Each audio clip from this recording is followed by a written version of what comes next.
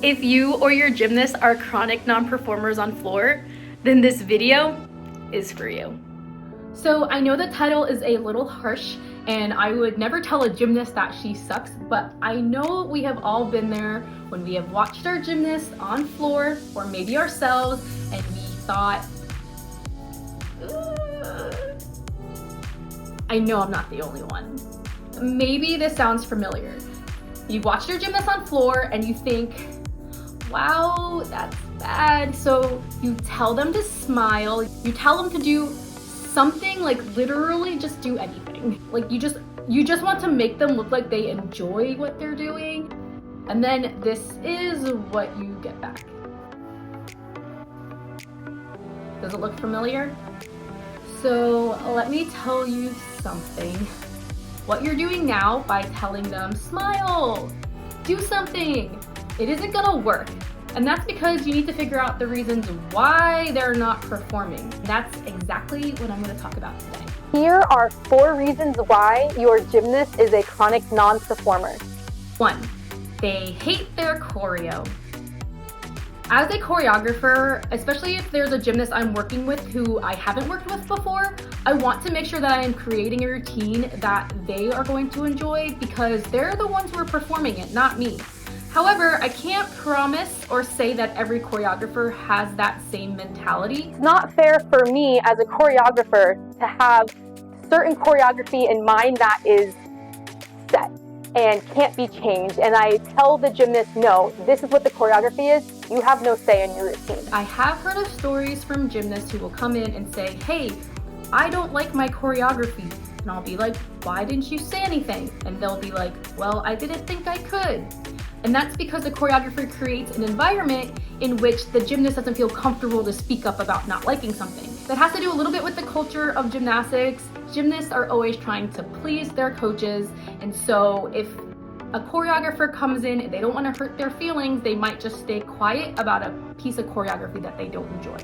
If that does happen, and it does happen, the gymnast is not going to want to do their best when it comes to their floor routine. Because if they hate it, every time they do the floor routine, they're just going to think about, oh my gosh, I hate this, I'm so uncomfortable, something along the lines of that. And no matter how many times you tell them to perform it, they're not going to. If you're in season right now though, and the gymnast doesn't like the choreography, there might be something that you can do about it if you just change the parts that they don't like. Obviously, it's not possible to change a floor routine completely mid-season, but it might be worth having that conversation with your gymnast of like, hey, do you not enjoy this choreography? Is there something that we can do to change it? A lot of the times it might just be a section or two of something that's making them feel awkward. That might be an easy fix. Number 2, the routine doesn't match their personality. Here's what I mean.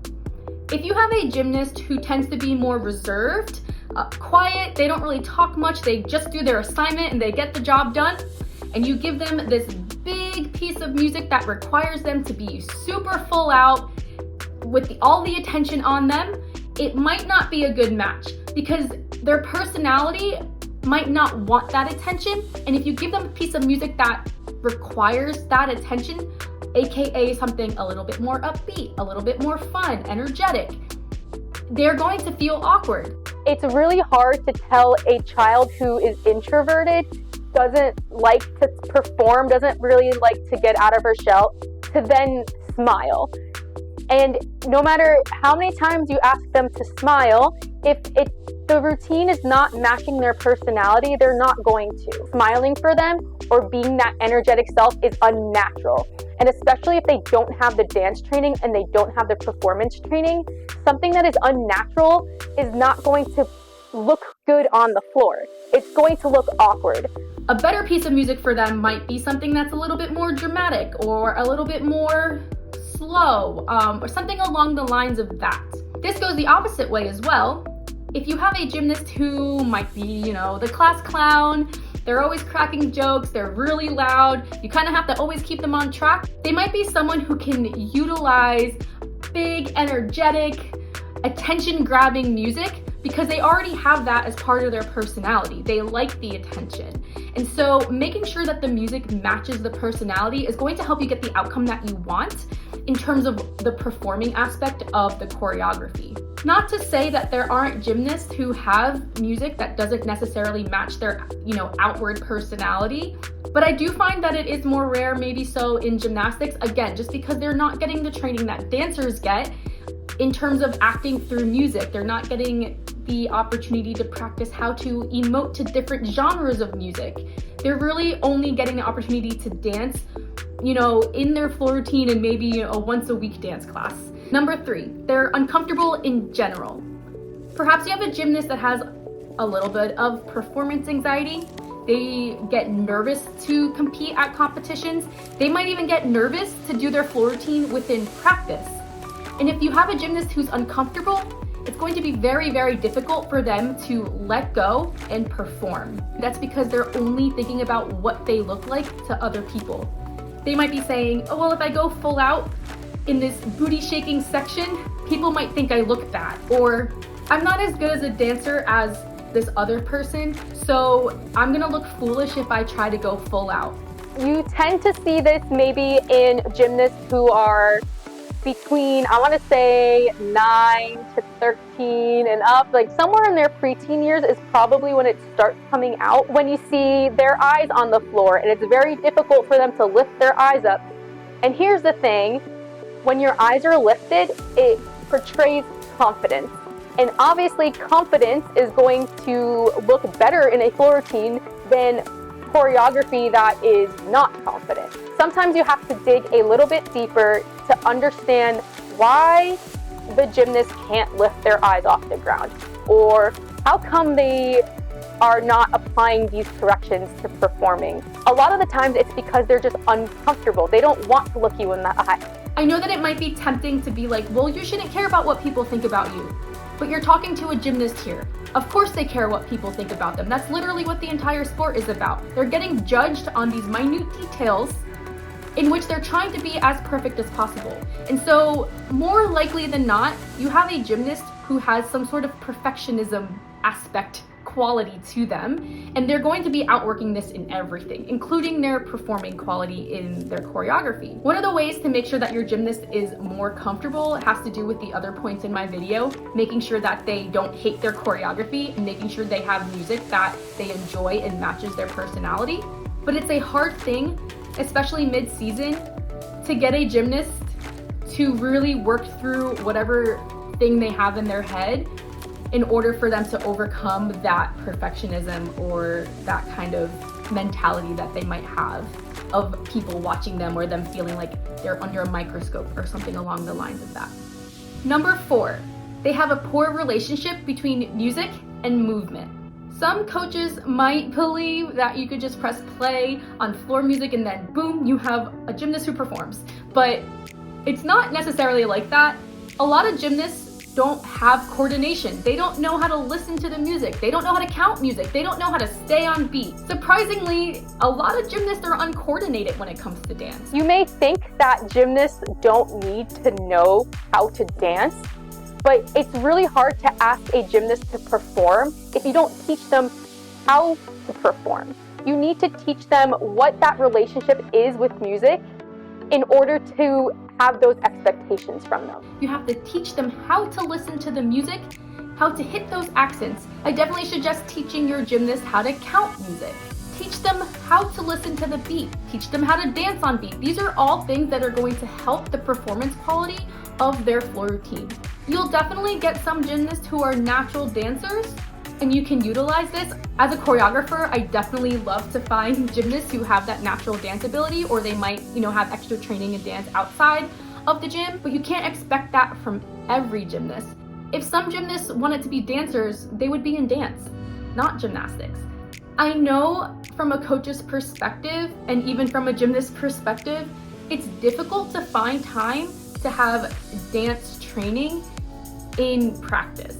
I don't mean leaps, jumps, and turns. I don't even mean typical artistic training. I mean actual dancing. Putting on a piece of music that they enjoy and learning how to just listen to the music and groove and have fun with it. The more comfortable they get with dancing to the music, the more comfortable they're gonna get with performing, the easier it is for them to be able to listen to the music, the easier it will be for them to emote that in music. And just a quick side note, artistry within itself is art through movement. It's how you express yourself through dance or movement. However, I do think that in gymnastics, we have a different definition of artistry. And artistry in gymnastics is something very specific to our sport. We look for tight, clean, sharp lines. And you can see that this is something established from the beginning, especially in our developmental program here in America, USAG, where all of the movements we look for are sharp and exact. And you have to put your arm here, and it has to be tight, and there's a certain way to move your arms from one position to the next. We like to squeeze our muscles. We like to elongate our lines. And that is an aesthetic that I would say is unique to gymnastics. However, in the dance world, artistry isn't necessarily that. Artistry is how do you feel the movement? How do you find the art through dance?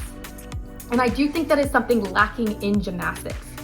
Again, one of the reasons it is lacking is because there isn't really time to train it. It isn't the main focus of the sport. However, I do think that there is opportunities to increase that just by changing the training or implementing other things, which will be a video for another day, and a lot of the things that I will talk about on my channel. I'm very passionate about it. Anyway, if you're asking your gymnast to perform and you're setting that expectation, you need to guide them to be able to do that. It's not gonna just magically happen, even though we all wish it kind of did, you know. Now these 4 things, a lot of them do require long-term solutions. Like I said before, you can't just change a routine overnight. However, there are small steps that you can take right now to help at least elevate the performance quality for you or your gymnast. To help you out, I've created a free guide called Artistry Golden Nuggets. They're just quick tips that you can quickly implement to try to elevate the performance quality right then and there. You should be taking small steps and give specific instructions to help get that performance quality that you're looking for. And that is something that I talk about in my guide. I give specific examples that you can give your gymnast or utilize yourself to elevate the performance quality right now. I also explain in my free artistry guide how to apply these tips for gymnasts who have a lot of difficulty performing. All you need to do is sign up at the link in my description, and I'll send over my free Artistry Golden Nuggets guide that you can download. Once competition season is over and you have more time, definitely stay tuned to my channel because I'll have a lot of videos on the relationship between dance and gymnastics, and I hope to give a fresh new perspective on how to implement some of these things. So make sure you like and subscribe to my channel. I hope that you can find something that you can implement within your practice to help elevate your gymnast performance quality so that the floor routines suck less. Until next time.